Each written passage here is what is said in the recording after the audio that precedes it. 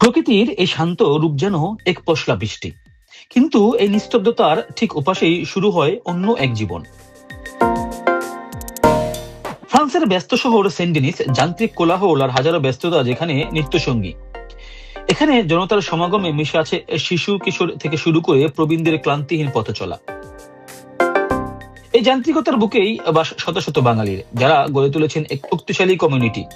আর এই ঐক্যের মূল কেন্দ্রবিন্দু প্যারিসের ইস্তা এলাকাতে মাথা উঁচু করে দাঁড়িয়ে থাকা বাংলাদেশি এক কমিউনিটি মসজিদ।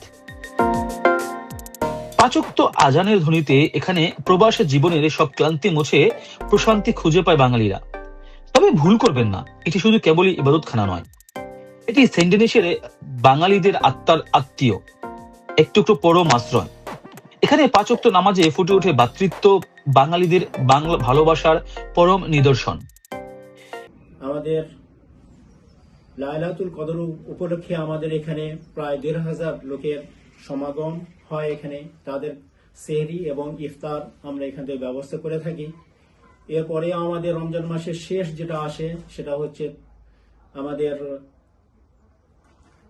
ঈদের জামাত। আপনারা জানেন এখানে যেহেতু আমাদের কমিউনিটি লোকরা দূর দূরান্ত থাকে, তাদের সুবিধার্থে আমরা এখানে 5টি জামাত এখানে আমরা নামাজ পড়ি। তার মধ্যে আমাদের প্রথম জামাত 7:30টায় শুরু হয়। এরপর থেকে আমাদের 45 মিনিট পর পর আমরা 5টি জামাতের সহিত আমাদের শেষ করি।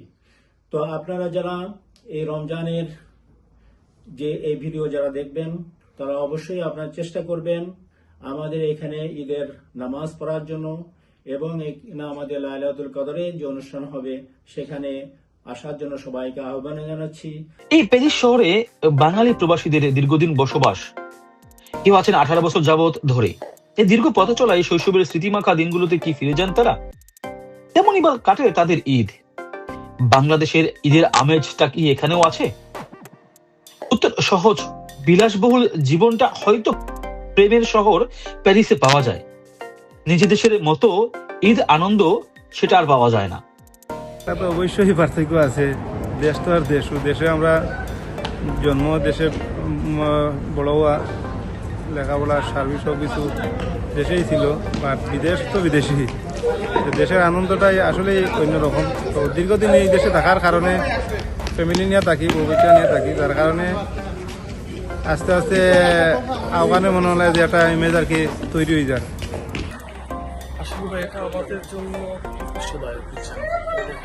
প্রবাসে আসছি নিজেকে তালাশের জন্য, ফ্যামিলির জন্য আসছি, স্যাক্রিফাইসের মনটা নিয়ে আসছি, ফ্যামিলির খুশি রাখার জন্য আসছি। ঈদের ছুটিতে মূলত আমরা এখানে বাংলাদেশ কমিউনিটি যারা আছে আমরা এখানে আমরা ঈদের জামাত হিসেবে আদায় করি। ছেলেমেয়েদেরকে নিয়ে আসি প্রত্যেক বছরের ন্যায়, এবার আসবো ইনশাল্লাহ। এবং ঈদের পরে এবছর কোথাও যাওয়ার প্ল্যান নাই। প্রবাসীদের কণ্ঠে স্পষ্ট, তারা বাংলাদেশকে অনেক বেশি মিস করে, এখনো হারিয়ে যেতে চায় স্মৃতিকাতর ছোটবেলার সেই দিনগুলোতে। কিন্তু বর্তমান বাস্তবতা তো আর নয়। তা মুখে হাসি থাকলেও অন্তরে ব্যাখ্যা নিয়ে প্যারিসের এই প্রবাসীরা পাড়ি দিবেন আরো একটি ঈদ। তবু তাদের হৃদয়ে চাওয়া, ভালো থাকুক প্রিয় মাতৃভূমি বাংলাদেশ।